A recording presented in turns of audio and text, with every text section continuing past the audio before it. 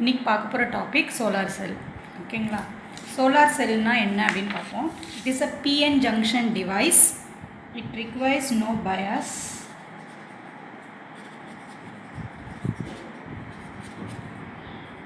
And it is an optical device which converts optical signal to electrical signal. So solar செல்லுன்றது இதுவும் ஒரு PN junction தான். அதில் வந்து பார்த்திங்கன்னா நம்ம எந்த பயாஸும் கொடுக்க போகிறதில்ல. Directly it convert solar energy into electrical energy. இப்போ இதனுடைய சிம்பிள் எப்படி இருக்குன்னு பார்த்தீங்கன்னா, how to represent solar cell means we have an anode cathode. பார்த்திங்கன்னா ஒரு இன்வர்ட் ஆரோ மார்க் இருக்குது which indicates that light is falling into a PN junction which is then gets converted into equivalent electrical energy.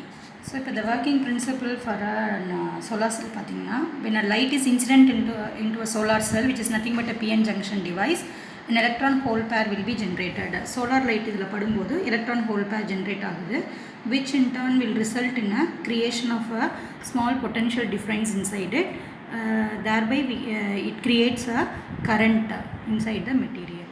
This is a construction of a solar cell. We'll take a PN junction.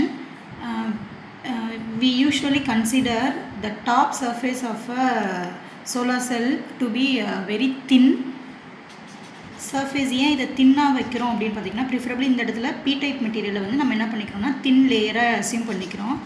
Why we are making this layer to be very thin அப்படின்னு பார்த்தீங்கன்னா, in order to have a transmission of a solar light into a junction ஈஸியாக transmit ஆகுன்றதுக்காக அப்படி வச்சுக்கிறோம். இதுக்கு மேலே பார்த்தீங்கன்னா it will be this PN junction will be covered in a capsule. And the capsule usually will be covered with a glass top preferably. இந்த ரெண்டு point contact என்ன அப்படின்னா, ஒரு மெட்டல் காண்டாக்ட் நம்ம எடுக்கிறோம். how we are generating the current, அந்த எவ்வளோ கரண்ட்ன்றதை நம்ம மெஷர் பண்ணுறதுக்காக we are having this biasing, I mean we are giving this metal contact later on. இப்போ ஒர்க்கிங்கில் பார்த்தீங்கன்னா we have a PN junction. இது உங்களுடைய டெப்ளீஷன் லேயர். இப்போ பிஎன் ஜங்ஷன் நம்ம ஃபார்ம் பண்ணும்போது என்ன இருக்குன்னா, charges will start diffusing from P layer to N as well as from n to p layer. thereby it creates a layer called depletion layer. ஒரு barrier create ஆகிருக்கும். இப்போ வந்து நம்ம என்ன பண்ணியிருக்கோம்னா, ஏதாவது ஒரு லேயரை வந்து we have taken it, we have assumed that the thickness of that layer to be very thin. நம்ம கேஸில் பி டைப் லேயரை வந்து தின்னாக வச்சுருக்கிறோம். which is that ஏன்னா அந்த சைடு தான் இப்போ சன்னை ஃபேஸ் பண்ணி வச்சுருக்கிறோம் நம்ம. இப்போ சோலார் லைட் வந்து ஃபால் ஆகும்போது you can see here what happens in this PN junction. Whenever a light is incident, it starts இங்கேருந்து இந்த depletion லேயரில் என்ன இருக்கும் அப்படின்னா, we have a devoid of charges. அதாவது சார்ஜஸ் வந்து என்ன இருக்கும் அப்படின்னா நியூட்ரல் ஆட்டமாக மாறி இருக்கும். we have an atom like this. இப்போ இந்த ஆட்டத்தில் பார்த்தீங்க அப்படின்னா, இப்போ சிலிக்கான் எடுத்துப்போம். ஃபார் எக்ஸாம்பிள் 4 வேலன்ஸ் எலக்ட்ரான்ஸ் இருக்கும். இப்போ இந்த சன்லைட் வருது இல்லையா, இது படும்போது என்ன பண்ணோம், it knocks this one of the valence electrons from that atom. So இது இங்கேருந்து வெளியில் போயிடும். இந்த எலக்ட்ரான் வெளியில் வந்துடுது, leaving a hole here. So இதுக்கு பேர் வந்து என்ன அப்படின்னு பார்த்தீங்கன்னா, this is nothing but electron hole பேர் வந்து இங்கே ஜென்ரேட் ஆகிருக்கு. இதே மாதிரி if we apply more and more light made to incident onto this PN junction, more and more charge carriers will be developed. So in the charge carriers என்ன பண்ணா, this electrons will be attracted towards this towards this n side. இது இங்கே வந்து attract ஆகும். இந்த holes will be attracted towards this p side.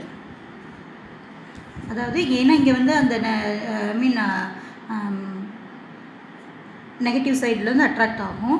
இங்கே வந்து positive negative electrons will be attract towards this positive side, negative N side. So electron hole பேர் இந்த மாதிரி ஜென்ரேட் ஆகிருக்கு. இது என்ன மீனிங் அப்படின்னு பார்த்தீங்கன்னா, வி ஹாவ் அ ஃபார்முலா நமக்கு தெரியும். We have a field generated because of a concept force experienced per unit charge. Okay, so இது வந்து என்ன பண்ணுறோன்னா, ஒரு எலக்ட்ரானும் ஹோலும் will experience a force, okay, which will create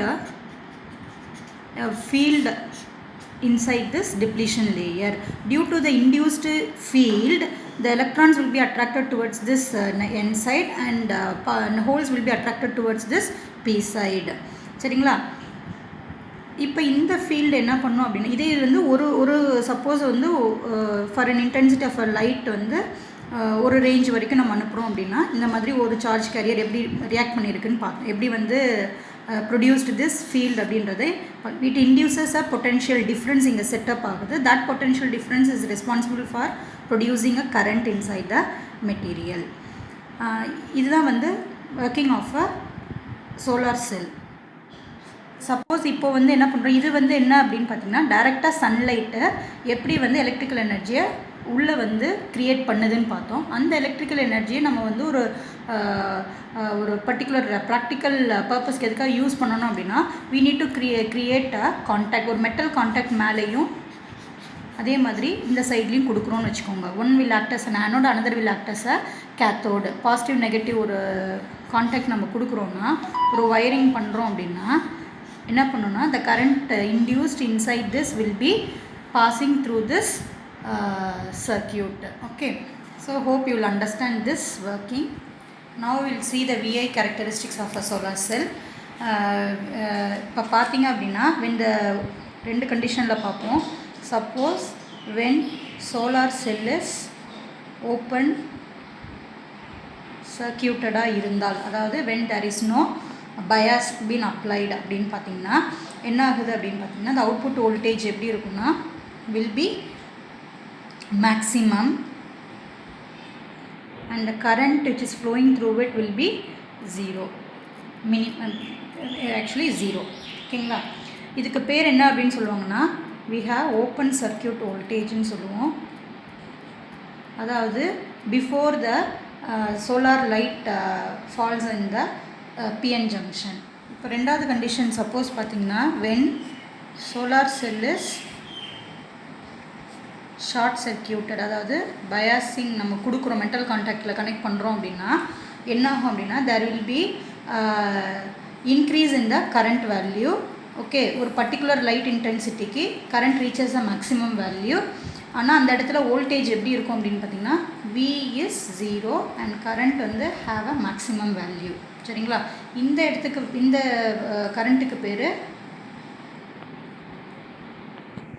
short circuit current அப்படின்னு சொல்லுவோம்.